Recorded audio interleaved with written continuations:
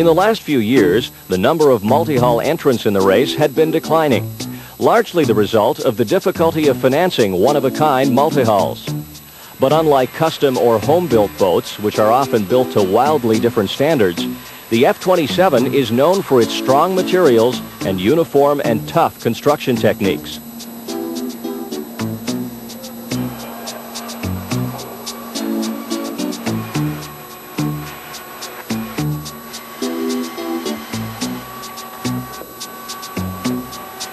These skills have been proven with years of offshore use, including passages across both the Pacific and the Atlantic.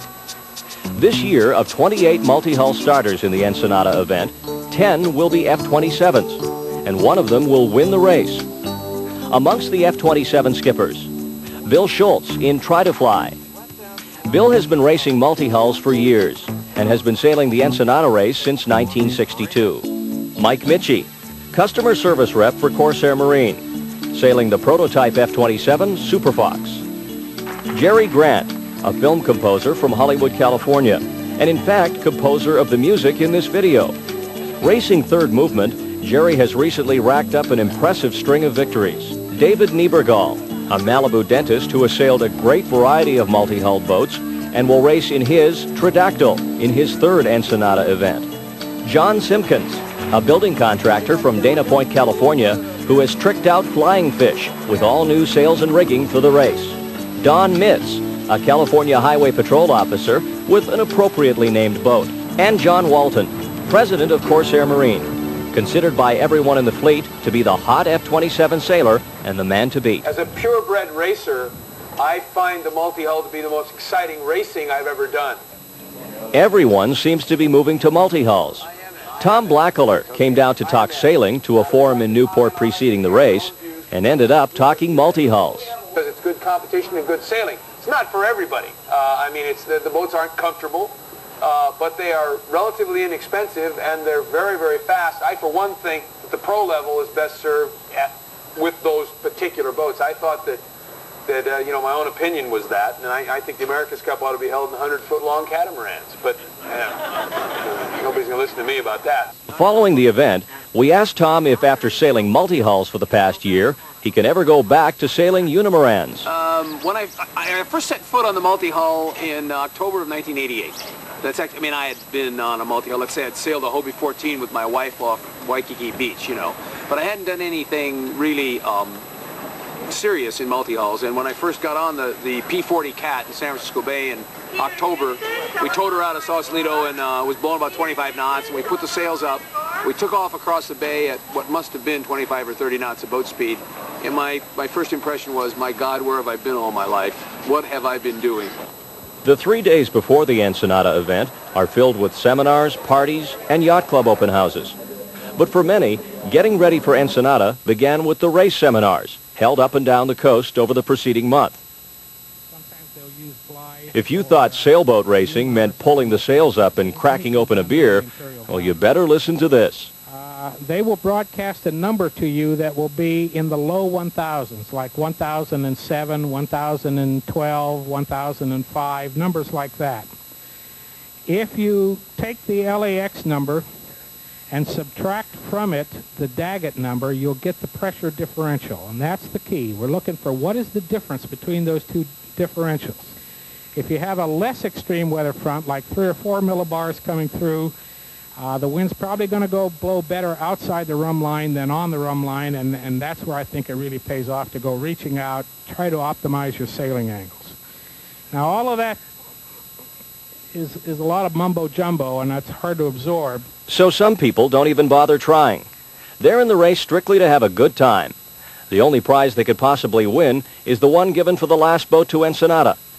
In fact, to some, the race is best known for those who take it least seriously. Best known of whom are the San Francisco group that call themselves the Prospectors. This is in keeping with my good friend Haig Harris, who's standing behind the cameras, setting up of an idea in San Francisco about 14 years ago, where we were having a little luncheon from a Transpac crew that raced to Hawaii. And we had a great time, so we decided to have a reunion. We had this little dinner at Taddish's, and after a couple of bottles of Rainy Martin, Haig and I were talking, and we said we ought to do something together each year.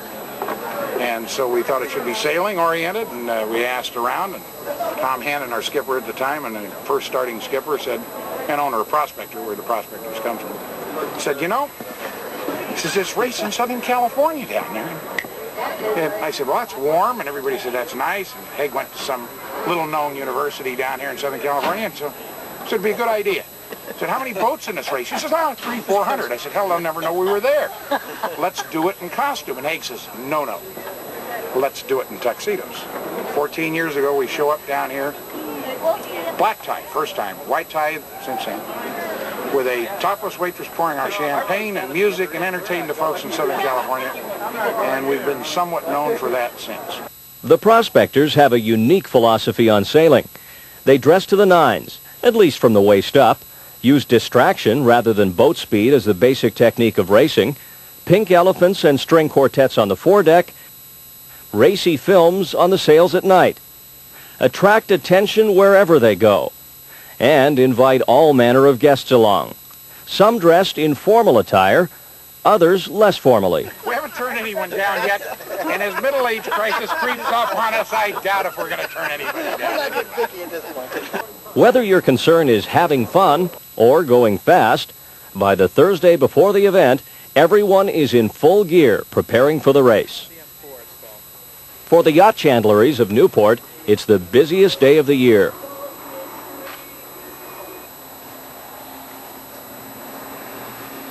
In Ensenada, the Ponga drivers and trinket salesmen are preparing for the onslaught.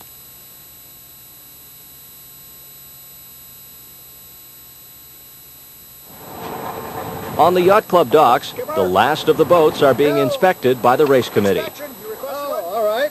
I got my slope right here. Oh, good. Okay, we're up on deck. You got your man overboard stuff and everything here? Yeah. You're going to make an attachment between line attachments, and your strobe, I assume, is down below. Okay, go down and take a look at that. One thing we do need to correct is make sure all the strobes and everything are attached before the race. Right. And that is over there with the radar reflector. I see it. Okay. Right. Flares. Flares are forward. Okay. Flare. Owens. Okay. Oh, you got the good kit. All right. Dates are current.